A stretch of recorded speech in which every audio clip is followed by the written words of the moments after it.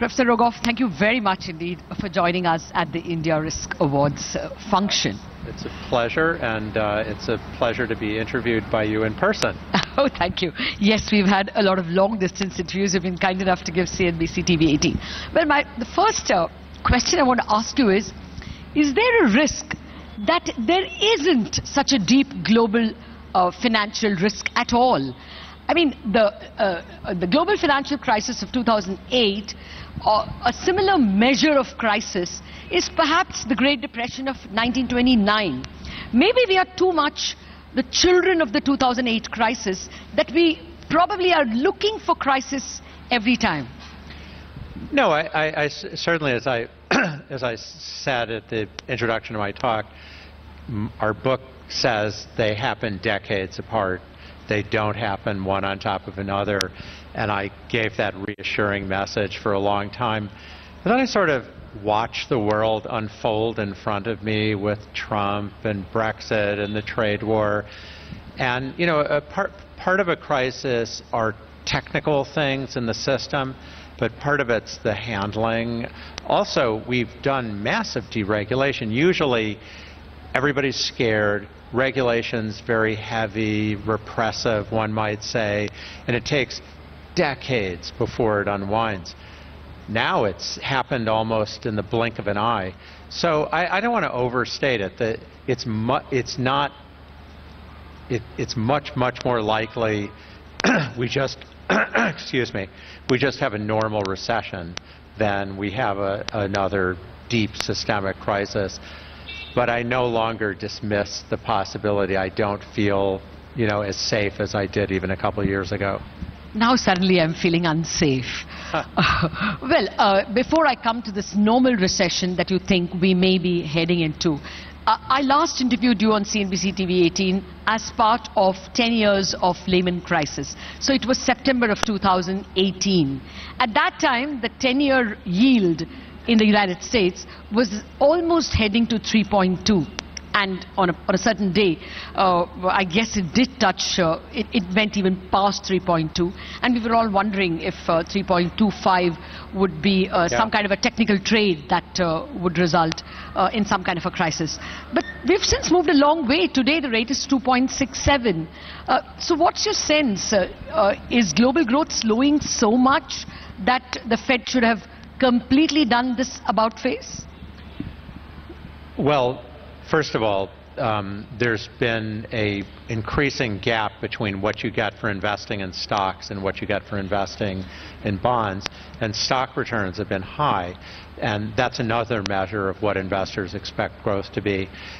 But certainly, very narrowly on your question about the Fed, I don't think anybody has any idea.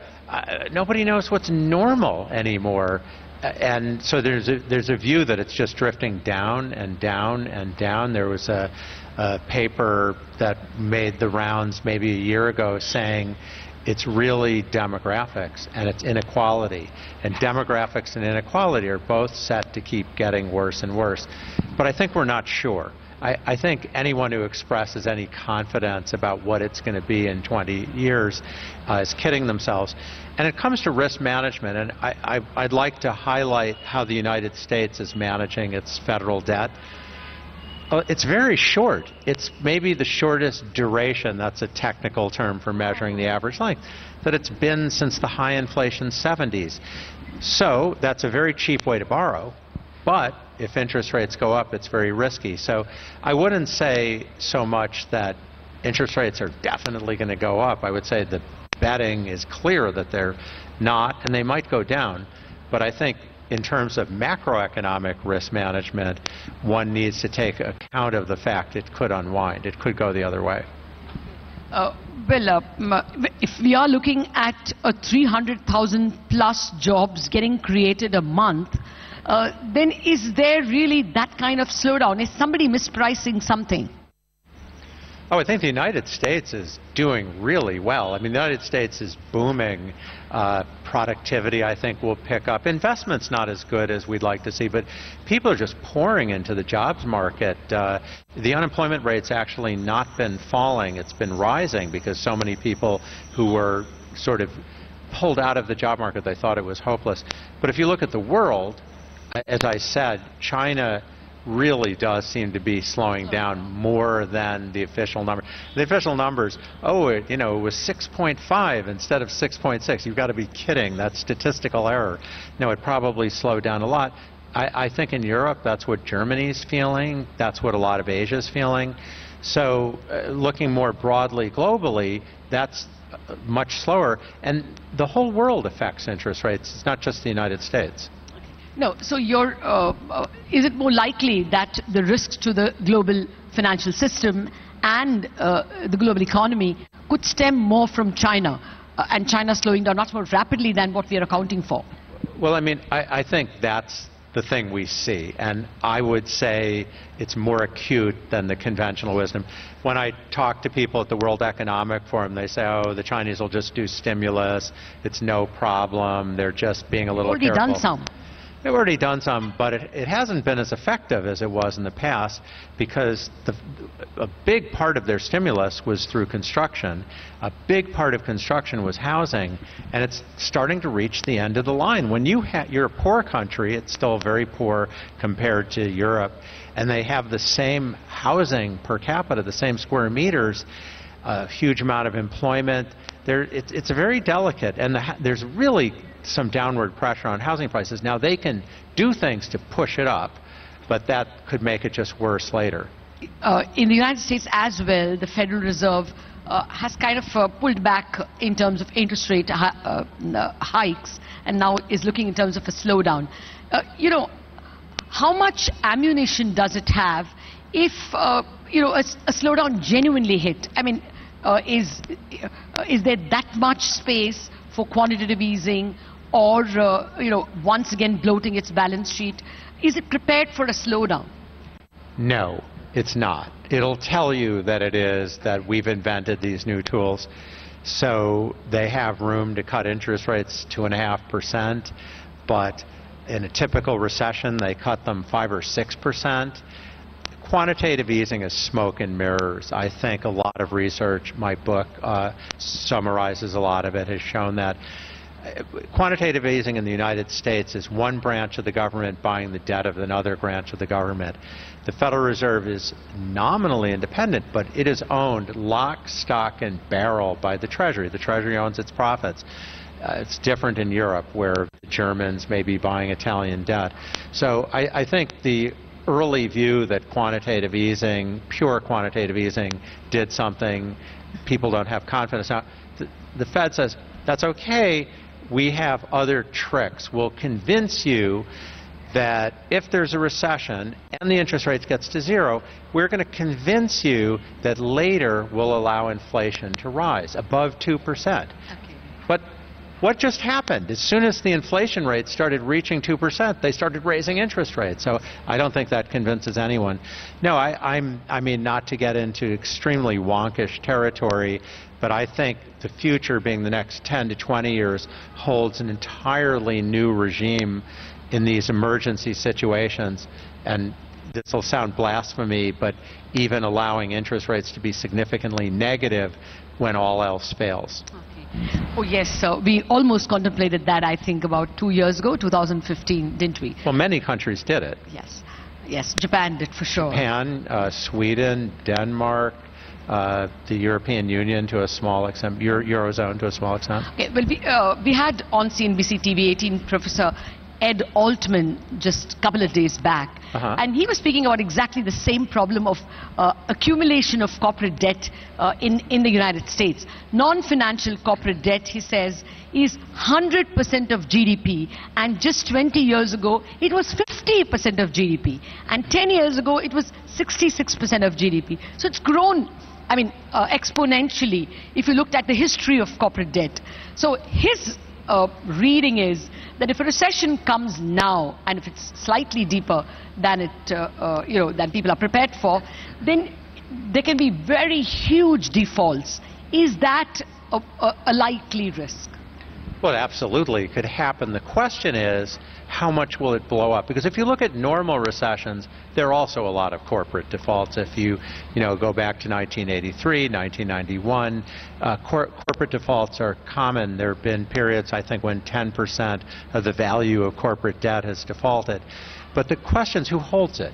If it's in, some pension plans, wealthy individuals, held internationally, it's very painful. It makes it hard to raise money, but it doesn't blow up the system. The question is how much of it might come back to the banking system and then need to get bailed out by the taxpayer and then end in a big debate about what we should do or shouldn't do. Officially, it's not that much. But I think no one knows whether some of these loans, which is called the shadow banking sector, going to the corporate debt, will that boomerang into banks' balance sheets? I've asked regulators about that, and they assure me not. I've asked academics like Anat Admati at Stanford, whose work I admire very much, and she's not so sure. Highly leveraged corporates, and the leverage now is coming undone. They are unable to pay. We've had a huge bad debt problem. Something like 13% of the total banking assets of the country, and India is a heavily bank financed country. Might I say that's a very large percentage considering you're in a boom and not a recession? Yeah, exactly. And I mean, how would you look at that? The only reason why that's not blowing up as people running for their money or leading to a run on the banks is because 70% of the banking system is owned by the government. So no one cares, your money is safe. But what's the end game for this? So much leverage, and now it's going, while we thought that we have recognized and are trying to resolve the banking bad loan problem, it looks like the non-bank finance guys have gotten some of the, or a large part of the bad loans, and they've been evergreening it. Have you studied this problem, and do you think this can get nastier than what you're prepared for? Well, I haven't studied it personally. I've read about it. So my impression is that the Indian government in the last years has made significant progress on this, and so is the Reserve Bank of India, that this is really an area where after years and years of doing nothing, they're finally moving to try to squeeze this out. And it's important because other firms that are healthy need to borrow, and the banking system can't perform its function. By the way, there's some of this going on in France, in Italy, where the banking system has not healed from their euro debt crisis. It's absolutely been a factor in holding back their growth. But I think for India, this is a long-term problem. I think you have to work it out. But in the meantime, maybe opening up a little bit more to foreign capital flows, which don't want to go into China right now, and they would love to go into India, might be helpful. By the way, I say that direct, not short-term borrowing, long-term borrowing, direct foreign investment. There are opportunities for India to try to keep the economy moving while the banking system's healing. Oh yes, we could do with a little more capital. Until now, Indian development is largely financed domestically, which perhaps is also makes it less risky, because we haven't been shocked by a sudden outflow of foreign capital. But just to stick to the ownership of banks, is that a big risk for India? The 70% ownership of the banking system by the government. I mean, year after year, decade after decade, can the taxpayer be bailing out? And is there a sense of, being not alive to risk simply because you're owned by the sovereign? You know, it's funny, when I came here in 2002, I think at the time, I may not have the number right, India's government debt was 70 or 80% of GDP. I mean, it's about 70% now. And the state deficits were particularly out of control. And people say, well, what's the problem with it? And I would say, well, the problem is that you can manage it, but you have to do it by making it hard for anybody else to borrow. And that's the situation now, that you can keep evergreening the loans by favoring the state banks, by favoring these firms, the so-called evergreening, where you make bad loans on top of good loans, but it doesn't yield for a dynamic economy. And trying to clean it up would certainly help raise India's growth rate, maintain India's growth rate, make it more dynamic, have it manage risk better if you could do this. Again, there have been steps taken. You're raising an issue where I think actually I would point to progress, a lot of progress since I came in 2002. But as you say, there's a lot of room to go. Yes, leverage is certainly an issue, and non-bank or shadow bank leverage has suddenly become the talking point since, well, actually since last August, when we thought the Federal Reserve will raise rates and globally U.S. yields will go beyond. And by the way, one of the problems with this sudden pause, they were raising it and then they paused, is if there is, you asked about growth in the U.S., what if there is inflation? What if they've gotten behind the curve? Then everything that we were worried would happen will happen faster and harder, and so you could have a bigger mess ahead. I hope they called it right, but they've taken a risk that inflation does come, that growth is too fast, and then everything you were worrying about a few months ago could be worse.